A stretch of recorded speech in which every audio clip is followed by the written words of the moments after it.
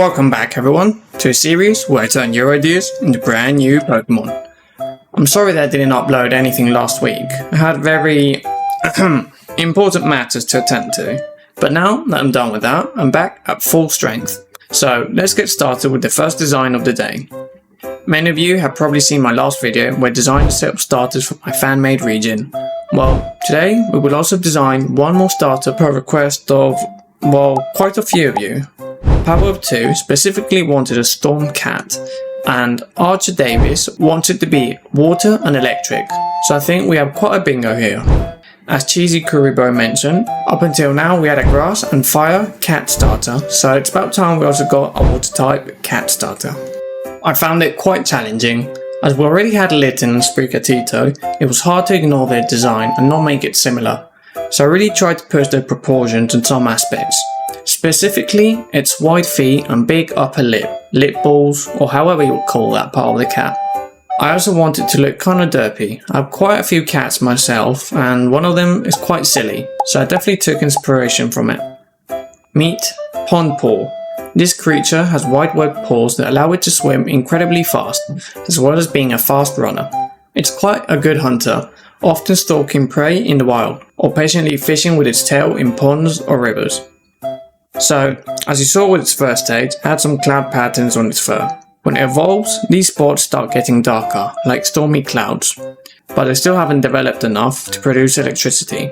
For its design, I started leaning away from its derpy look, as I really want the last stage to look cool, so I would like the transition between each stage to be smooth. Also, in case you hadn't noticed, I gave the first stage, as well as this one, a stripy pattern on its head. Many cats have similar patterns, but I want to push this shape to look like a fishbone, where the lips will look like the tail. It's a fun way to emphasize that it's a great fisher. Meet Temple.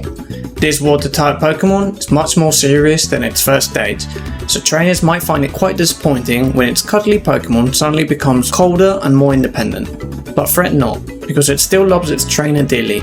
It just shows it by other methods such as hunting Pokemon and leaving them by their bed or door. For its abilities, as always, all water starters have Torrent as its ability, but for its hidden ability, I went with Motor Drive. I'm already imagining it quite fast, so if you bait an electric type move and switch to this Pokemon, it would be unstoppable.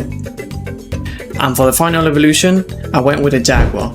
They're some of the best feline swimmers, and they can make its distinctive spots look like clouds. There is even a breed of Jaguar, the Black Jaguar, where most of its body is darkened by its spots. I like the way the spots cover most of its body, leaving little cracks of its lighter colour. I also gave it big lightning shaped, which helped give it more interesting silhouette. And for its paws, I made it so that the clouds start generating from them, as it can actually walk on clouds. Meet Nimbuska. This Pokemon is able to walk on top of clouds, and thanks to its paws, it can generate clouds to its will, allowing it to walk or run in the air. However, it has a limit to how many clouds it can generate, but it's enough for it to hunt flying Pokemon or save itself from falling from a high place.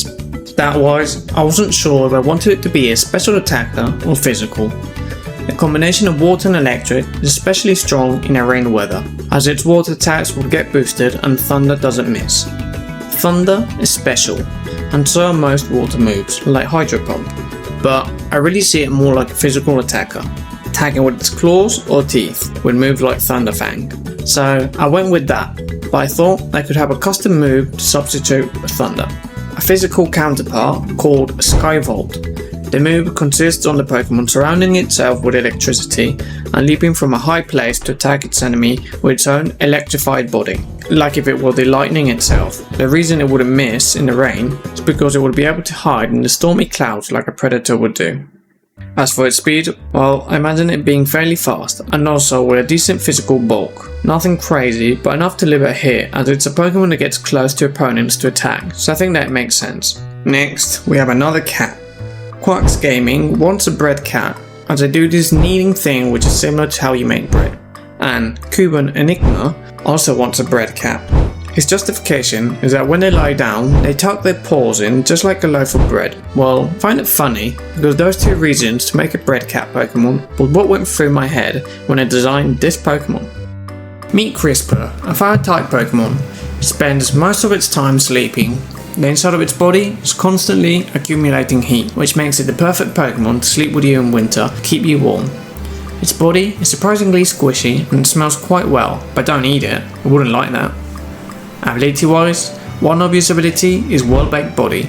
It probably wouldn't be super helpful on a Pokemon like this one, as it's already resistant to its own type, but just makes too much sense thematically. And the other one is White Smoke, which will make more sense in the evolution. For its hidden ability, I went with Flame Body. As it has a warm body, I think it makes sense. So, the first stage was a loaf of bread slowly cooking in the oven. So the evolution will be a baker who's constantly kneading. Many cats have stripes, so for this Pokemon I used those stripes to imitate the cuts the bread has, making the theme more complete. And as you can see, it also has a little chef hat. Well, it's actually smoke that constantly puffs out of its head, which I added to imitate said hat. Meet Meowferno. This Pokemon punches the air at great speed, which lets it heat its core at extremely high temperatures. These temperatures get so high that smoke ends up coming out of its head. Many bakers catch this Pokemon as it's very good at kneading the dough. I wasn't too sure what stats to give it. I can't imagine it having too high of a spread stat. Not every Pokemon can be an unstoppable beast. So I gave it the same BST as Persian.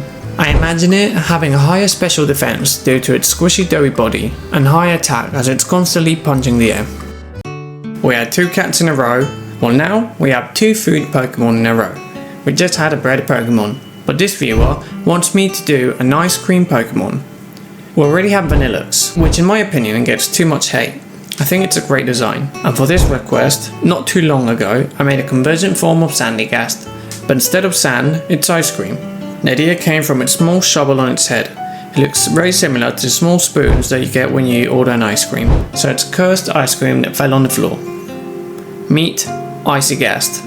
While it looks very similar to Sandygast, it's a completely different species. This Pokemon is born from the grudges of children who dropped their ice cream on the floor and were denied a new one by their parents. As for its ability, Sandygast gets a unique ability called Water Compaction, which makes it so that its defense goes up when hit by a water type attack. So I decided to make a similar ability, Ice Compaction, which special defense goes up when hit by an ice move. Think of it as someone tried to scoop as much ice cream in a cup. And for its hidden ability, Palosan has Sand Veil, which boosts its evasion in Sandstorm. So in this case, I gave it Snow Cloak, which boosts its evasion in hail or snow. Next, we have its evolution, a convergent form of Palosan. Instead of just being ice cream, I decided to just give it a cone. This helps make it look more solid and not so much of a bendable shape. Just how Sandygast is malleable sand in the shape of a ghost, and Palosan has a more solid shape as its sand is compacted in the shape of a castle. Meet Paloscream. The name comes from a fun pun on Scream, as its ghost type, and Ice Cream. While this Pokemon looks very similar to Palosan, it's a completely different species.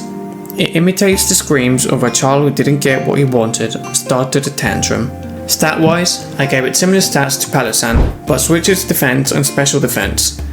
While its defense may be lacking now, thanks to hail or snow, it would become higher, as well as not missing Blizzard, and if it has its hidden ability, it would become quite annoying and hard to defeat. So we had 2 cats in a row and 2 food Pokemon in a row. Well, now we have 2 ghost types in a row. Because this viewer wants a Kitsune that wields a giant magic sword, and this other one wants a Kitsune that's fire and ghost type. You know, the sword thing is scary specific, because I had a commission not that long ago that was exactly that. It's almost scary. So the prompt that I was given was a ghost type fox that wields a giant claymore and has wispy fire on its body. So here we have the first stage. Meet Banox. This ghost and fire type Pokemon said to be cursed. It's believed that if you don't subscribe to my channel, something terrible will happen. Just kidding. But seriously, remember to subscribe. Now, here's the real description. Its flaming tail attracts grudgeful spirits. The only way to control them so that they don't rampage is by wrapping its body in talismans. However, many people are scared of this Pokemon and say that it's cursed because of this. So this Pokemon is supposed to be a 3-stage line. While it starts as a small and cute fox, with its middle stage, it stands up and gains a small dagger to transition the design into its final stage, where it wields the big sword. Meet Veinox. Its talismans have become much more powerful, and and they allow it to control the grudgeful spirits in order to manifest them into the shape of a small dagger. As for its abilities, I think that an obvious choice is Cursed Body, and Moxie, as it traps the souls of the Pokemon it defeats inside its dagger, making it stronger. And for its hidden ability, I went with Sharpness, as it uses a sharp object to attack. And now, its final evolution. I really enjoyed designing this one, it's as edgy as it can get. Not much else I can add. I made its arms long and skinny to make it look creepier, and just like the previous stages, one of its sides is always covered per request of the client. Meet Mornox. Its power has become so great that its small dagger has manifested into the shape of an enormous claymore. With each swing, you can hear the screams of the souls, and if you happen to be struck down by this sword, it will trap your soul in it too, making it bigger and more powerful. Stat-wise, has high attack and speed, but it's quite frail, especially on the physical side. And it's time for the final design of the day. Omega Hunter, who's actually one of my top commentators, thanks for the support by the way, I really appreciate it. Anyway, he wants me to make a regional bug for my region, Amalura. Well, I actually did design one, and many of you probably already saw it on Pokédex Filler's channel. Had this idea for Jack-in-the-Box caterpillar a long time ago. The idea came from this carnivorous caterpillar from Hawaii. It sits still, looking like a branch, but when a prey gets close, it will rapidly swing its body to trap it. I felt like this acted very similar to Jack-in-the-Box, so I went with this concept.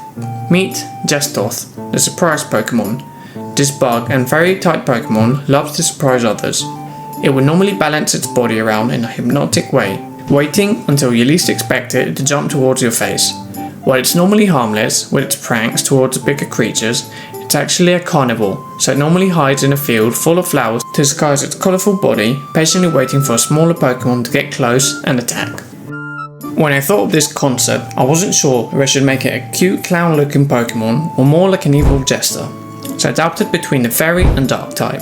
I had this idea in my head for a long time, but one day, Pokédex Fillers got a bug and fairy type Pokemon on its wheel, so I thought that now was the time to design it. So of course, it's a fairy type.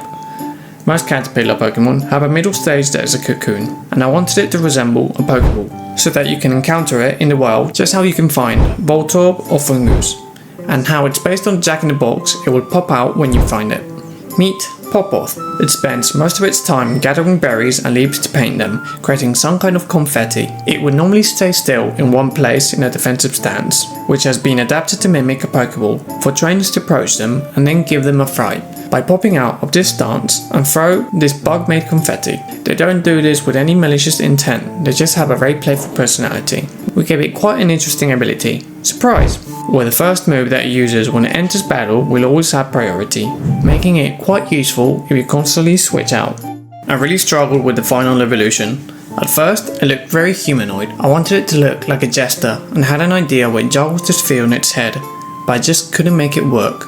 So in the end, I decided to make it look more like a regular moth, like Rod Corona or Frost Moth, but with the jester elements. However, for the wings, I thought it would be fun if instead of flying with them, it uses them as springs to wiggle and hop around, just how its first stage does. Meet Chrysler.